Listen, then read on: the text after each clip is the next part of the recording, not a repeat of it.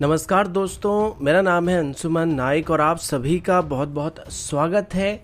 Indian defence news के defence talk series में, जहां पर हम रोज नए नए डिफेंस अपडेट्स के बारे में बात करते हैं। तो चलिए देर न करते हुए आज की वीडियो शुरू करते हैं।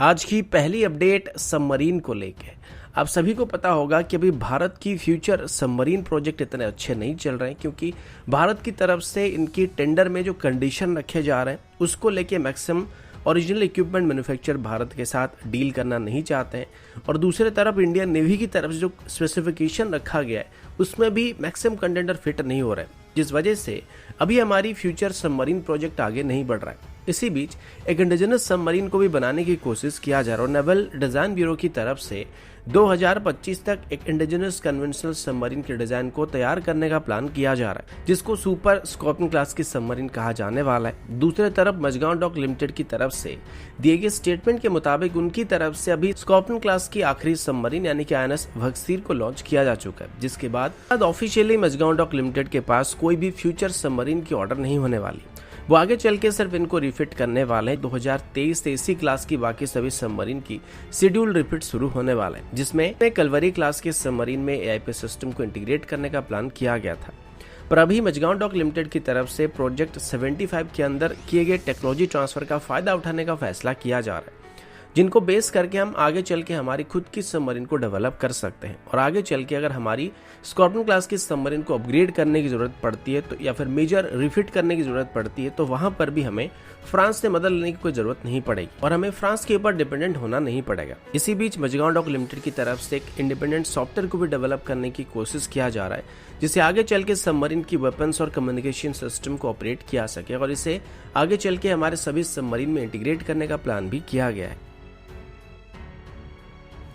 अगला अपडेट तेजस को लेके। आप सभी जानते होंगे कि जब से भारत की तरफ से तेजस को डेवलप करना शुरू किया गया है तब से इसको लेके काफी सारा चर्चा और काफी सारा क्रिटिसिज्म का सामना करना पड़ा है, लेकिन वक्त बीतने के साथ साथ तेजस इंडियन एयरफोर्स में अपनी जगह बना रहा है। और अभी पहली स्क्वाड्रन कंप्लीट होने के बाद तेजस की दूसरी स्क्वाड्रन को भी लगभग तैयार कर लिया गया। इसी बीच आपको पता होगा कि इनिशियल प्लान के मुताबिक तेजस की पहली स्क्वाड्रन कंप्लीट होने के बाद यानी कि नंबर 45 स्क्वाड्रन पूरी तरीके से कंप्लीट हो जाने के बाद इसको सुलूर से वेस्टर्न बॉर्डर में शिफ्ट करने का प्लान किया गया था। लेकिन अभी इस प्लान में थोड़े बदलाव करने की बात की गई है, क्योंकि अभी आपने देखा होगा जैसे रेगुलर बेसिस पर चाइनीज एयरक्राफ्ट हमारे नॉर्दर्न बॉर्डर के करीब आके उड़ान भर रहे हैं और लद्दाख के काफी करीब आके उड़ान भर रहे हैं, तो उनको काउंटर करने के लिए अभी हम लोग MiG-29 और मिराज 2000 का इस्तेमाल कर रहे हैं। और अभी इंडियन एयरफोर्स की तरफ से सेम रीजन में तेजस को भी डिप्लॉय करने का फैसला किया गया है। और अभी तेजस की पहली स्क्वाड्रन नंबर 45 फ्लाइंग डैगर को नॉर्दर्न बॉर्डर के करीब डिप्लॉय करने की बात की गई है,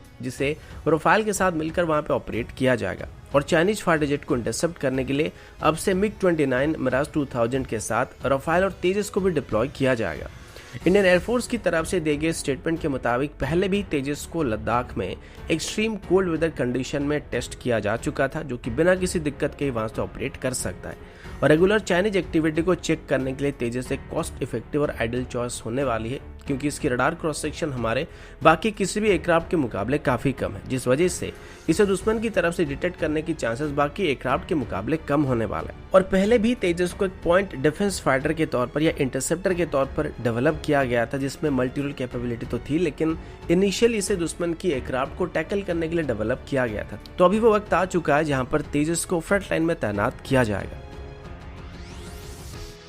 अगला अपडेट भी भारत और चाइना को लेकर। जैसे कि हमारी प्रीवियस अपडेट में मैंने आपको बताया था कि अभी भारत की तरफ से लद्दाख और नॉर्दर्न बॉर्डर में चाइनीज एक्टिविटी को चेक करने के लिए इंडियन एयरफोर्स की तरफ से तेजस को भी फ्रंट लाइन में डिप्लॉय करने का प्लान किया जा रहा है। और इसी बीच आपने देखा होगा पिछले 3 सालों में चाइना की तरफ से भारत से लगे हुए बॉर्डर एरिया में अपनी सभी एयरवेज को काफी बेहतर बनाया जा चुका है। मोस्टली तिब्बत रीजन में चाइना के जितने भी एयरवेज मौजूद है उसमें 2 साल पहले की बात करें तो किसी भी एयरवेज में हार्डन शेल्टर मौजूद नहीं थे, लेकिन पिछले 2 सालों के अंदर चाइना की तरफ से अपनी मैक्सिमम एयरवेज में इनको बनाया जा चुका है। और चाइना को यह बात अच्छी तरीके से पता चल गया था कि अगर भारत और चाइना के बीच फ्यूचर में कोई लड़ाई होती है और उसमें एयरफोर्स इन्वॉल्व होता है तो चाइना की करंट इंफ्रास्ट्रक्चर भारत को मैच नहीं कर सकता है, क्योंकि नॉर्दर्न बॉर्डर में भारत के पास जो एयरवेज थे वो काफी बेहतर पोजीशन पर मौजूद थे और उनकी इंफ्रास्ट्रक्चर चाइना के मुकाबले काफ़ी बेहतर थे। तो इसी वजह से चाइना की तरफ से 2 सालों के अंदर अपनी रैपिड कंस्ट्रक्शन वर्क को किया गया था, जिनको अभी